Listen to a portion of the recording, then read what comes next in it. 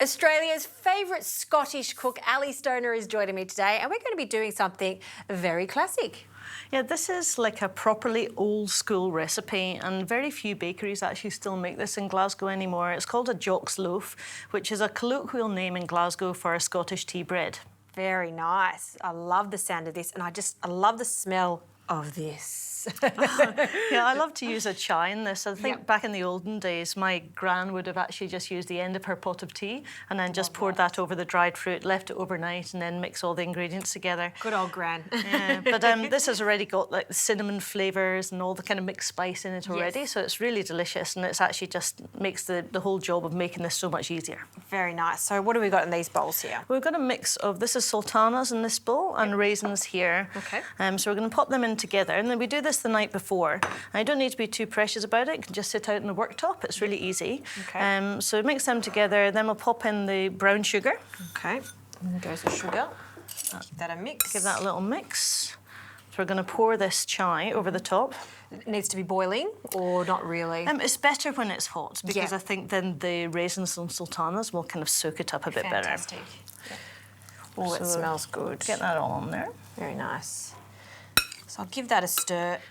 So we leave that on the bench top overnight, so it all gets lovely and absorbed. Can we just grab a spoon from there? Sure. And just have a look at that. You can see how lovely and syrupy that's gone. There's still a little bit of liquid there, but that's great because we're going to want to stir all the other dry ingredients into this. Oh, it's so soft now, isn't it, after it's been steeping for so long? It looks so delicious and like syrupy. Very good.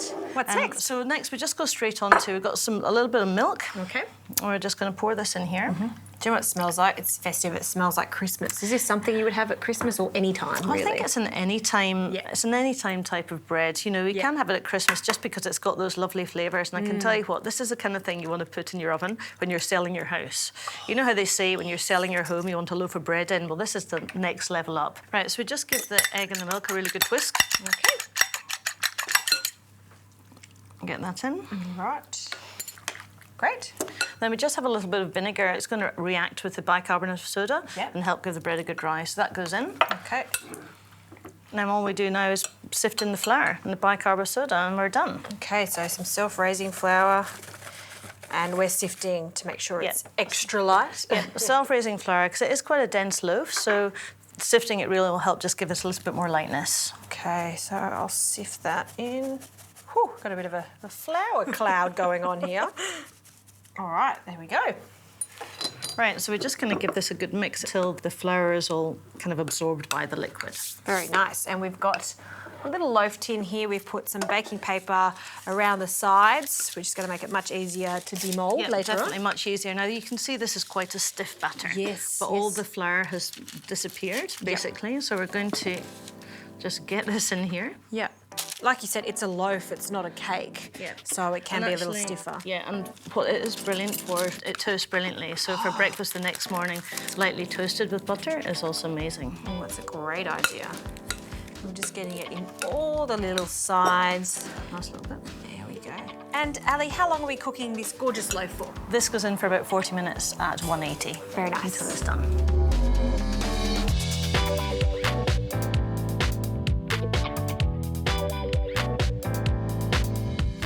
Wonderful, Ali. Yeah, it smells amazing. Should we just get it out and have a look? Let's do it. That's good, isn't it? You there. This is my new way of just making sure that the sides come off so much easier. I love that. That's a hack. There we go. Oh, it's still lovely and warm.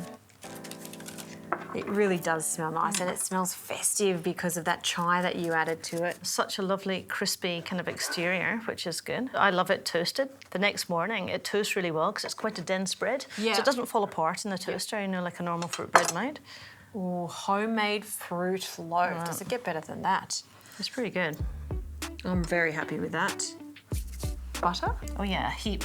A heap? A heap. I like it so you can see your teeth in it. There's not a Scottish word for it, but there's a Danish word apparently. Is there? Yeah, where you can see your teeth marks in the butter. I love that.